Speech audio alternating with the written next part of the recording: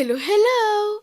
Bonjour et bienvenue sur notre chaîne YouTube Valorisons nos langues maternelles africaines. Aujourd'hui, on se retrouve pour une nouvelle vidéo où je vais vous raconter une histoire extraite du livre 1000 ans de contes Afrique. C'est un livre que nous vous recommandons fortement. Avant de continuer, n'hésitez pas à vous abonner, à commenter, à partager et à nous soutenir et surtout à nous dire si ce type de contenu vous plaît. Encore une fois, avant de commencer à lire, restez jusqu'à la fin car à la fin de cette vidéo, nous allons saisir le vocabulaire de cette histoire et le traduire en langue maternelle africaine. Si vous avez du mal à vous repérer, demandez à vos parents ou bien à vos grands-parents. Maintenant, nous pouvons commencer. Le titre de cette histoire, c'est Le premier griot.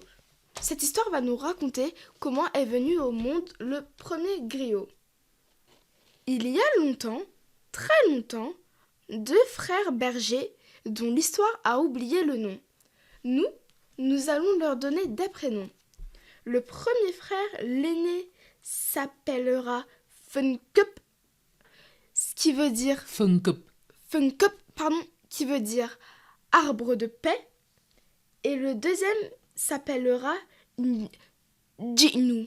Nzonu. Nzonu.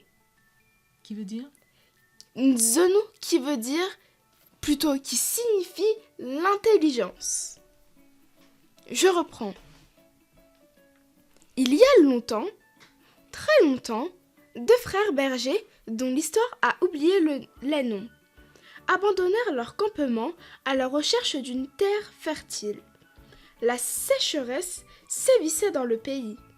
Ils avaient perdu tout leur bétail et ne parvenaient plus à se nourrir correctement. Ils décidèrent alors de faire un grand voyage. Ils prirent 2 sacs en peau de bouc, avec de l'eau dans l'un et des galettes de manioc dans l'autre. L'aîné emporta un vieux fusil qu'il avait hérité de son père. Après quelques jours de marche, ils avaient épuisé leur nourriture.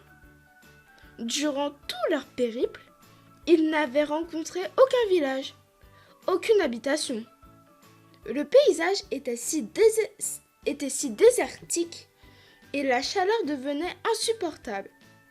Le plus jeune frère supplia son aîné de lui trouver quelque chose à manger, car il n'avait plus de force de continuer le voyage. Le grand frère demanda à son jeune frère de s'allonger à l'ombre d'un arbre. Il fit plusieurs fois le tour de la brousse environnante, mais il était désespéré. Pas le moindre gibier, pas la moindre racine comestible. Il y prit son fusil et tira en l'air pour faire croire à son frère qu'il tua un animal.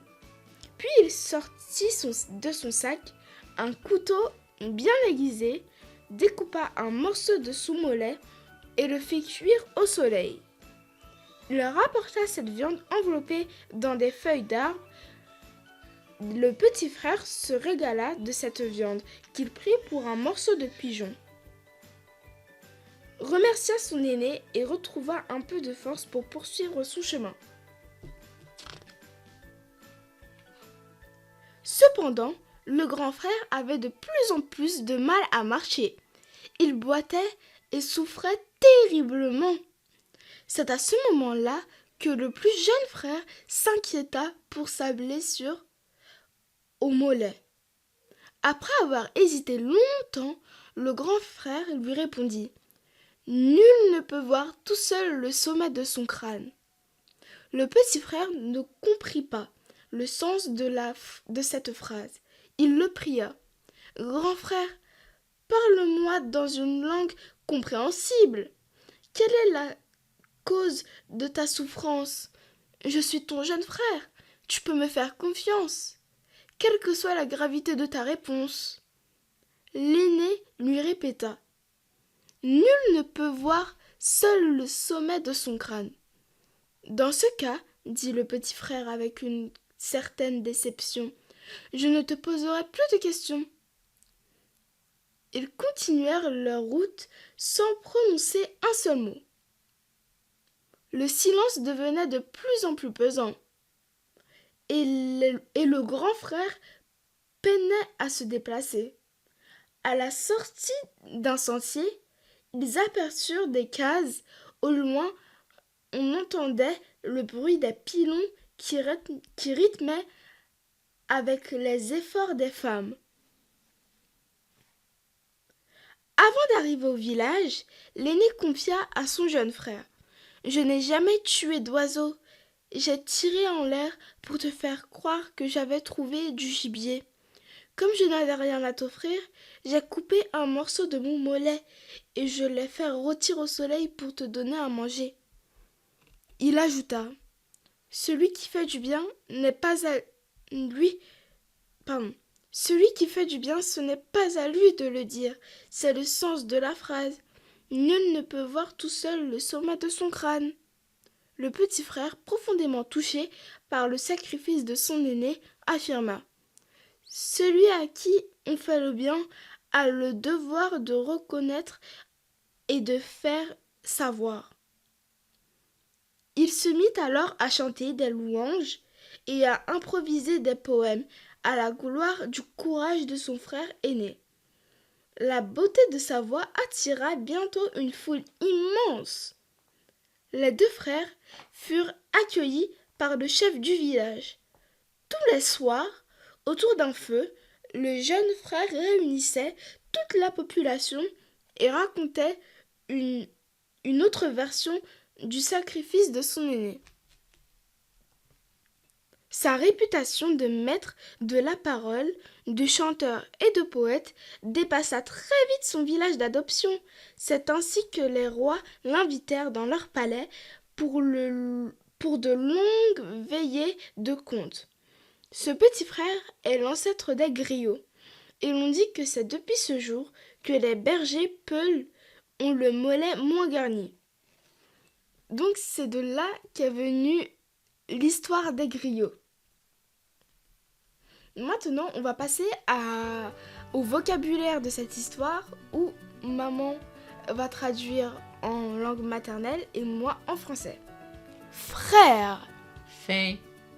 Fait. Histoire. Chong. Chong. Oublier. Dja. Nja. Sac. Pre. Pfue.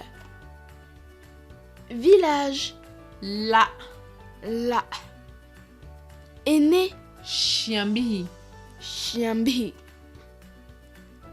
Épuisé. De bouet. De bouet. Fusil. Nga. Nga. Chaleur. Ndep. Ndep. Voyage. Waka, mais c'est vrai que c'est emprunté de l'anglais, mais d'habitude on dit waka. Nous sommes en train de réfléchir, en train de chercher comment on dit voyage concrètement. Waka. Arbre. Te. Te. Te. Te. Trouver. Foi. Foi. Poème, pardon. Poème ou parole. Kebro. Capro. Tuer. Joue. Joue. Oiseau. Sek. Sec. Force. Ngre. Ngre. Brousse. Pou. Pou. Couteau. Pied. Pied. Pied. Chemin. Manze. Manze. Certains peuvent aussi dire menze. Donc, l'objectif vraiment était ici de partager cette magnifique histoire qu'on a trouvée riche d'enseignements avec les enfants, de traduire certains mots en balingo, en danda, en balingo. Après, pour ceux, c'est aussi pour inspirer les parents à écouter les histoires avec les enfants et selon les mots dont les enfants auront besoin de connaître la signification en nos langues maternelles, que les parents puissent le faire. C'est comme ça que progressivement nous allons développer notre usage de la langue maternelle. Merci. J'ai la boyumente. J'y serai là, mboyo monte. Oh, lo. Qu'est-ce que tu vas acheter quelque chose? Oh lo tamampi. Oui, t'as mopi. Oh, lo. Du coup, j'espère que cette vidéo vous aura plu. Et encore une fois, n'hésitez pas à nous signaler si jamais il y a des petites coquilles, mais encore si vous aimez ce type de contenu. N'hésitez pas à vous abonner, à partager, à commenter, à soutenir. Mais vraiment, à une prochaine vidéo, j'espère. Bye bye.